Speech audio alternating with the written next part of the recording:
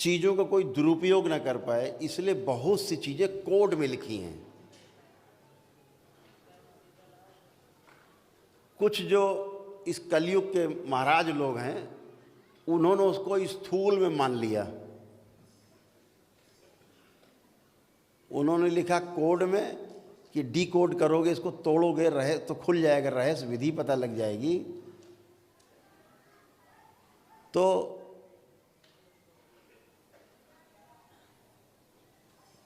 बात समझ में आ जाएगी, कोई दुरुपयोग नहीं करेगा।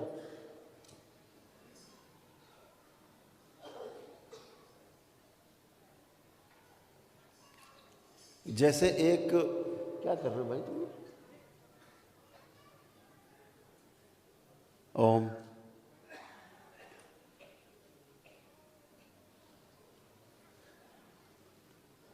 एक बार हमारे एक मित्र यहाँ थे, रजिस्ट्रार थे, तो उनके यहाँ एक मुल्ला जी बैठे हुए थे। हम ही पहुँचे तो पहले से मुल्ला जी बहस छड़े हुए थे, और जो रजिस्ट्रार थे पांडे जी बेचारे गौ भक्त थे और देवराहा बाबा के बहुत ही अभिन्न कहा जाए उनके कार्यों में सहभागी थे, और उनके ही पद चिन्हों पे चलना, उनके जो बनाए गए छोटी छोटी नियम थे उनके अनुसार चलना, बड़े साधु प्रवृत्ति के अधिकारी थे। हैं मतलब अभी थे, क्या मतलब हैं ही। तो वो महाराज एक बैठे थे मौलाना जी, तो उन्होंने कहा कि तुम्हारे ग्रंथ में ये लिखा है, बहस चल रही थी। हमने पूछा भैया काहे इतना गरम गरम चल रहा है माहौल?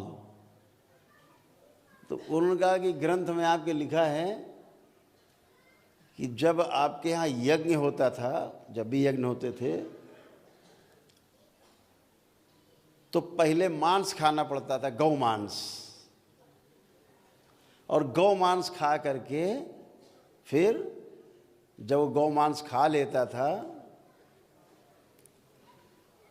उसके बाद वो यज्ञ करने का अधिकारी होता था, ब्राह्मण। तो ब्राह्मण गौ मांस खाने के बाद ही तभी यज्ञ करते थे। हमने कहा यार बात तो तुम एकदम सही कह रहे हो मौलाना,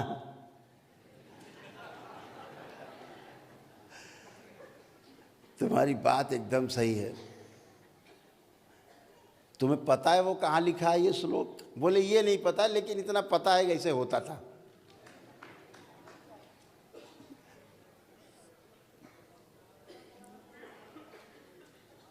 तो हमने कहा मौलाना कभी जाना बाजार में और हठ योग प्रदीपिका खरीदना,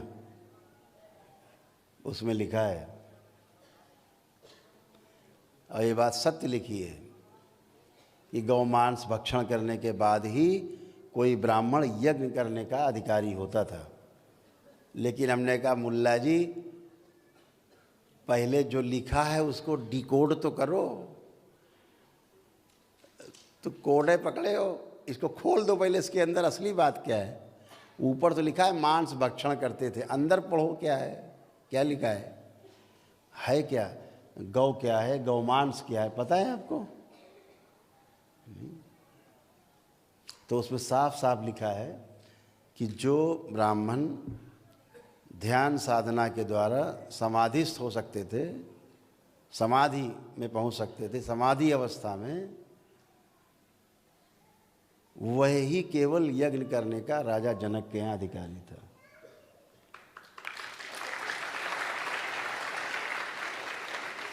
तो अब गौमांस कहाँ चला गया? ये जो ऊपर तालू है ना, ऊपर एक कौवा लटकता रहता है, उसे बोलते हैं गौ, गौ गौ। और उससे जो रष्ट पकता है साधना के दौरान, उसको बोलते हैं गौमांस।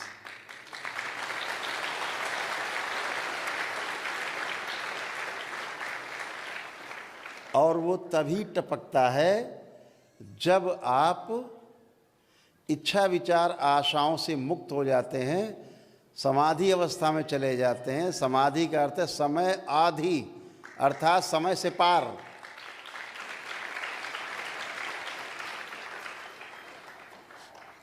तो समाधि अवस्था में जाने पर वो ग्रंथि खुलती है, उससे रष्ट पकता है और अमृत है वो अमृत।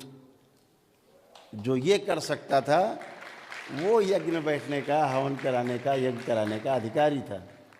तुमने तो कोड़े पकड़ लिया सीधे सीधे।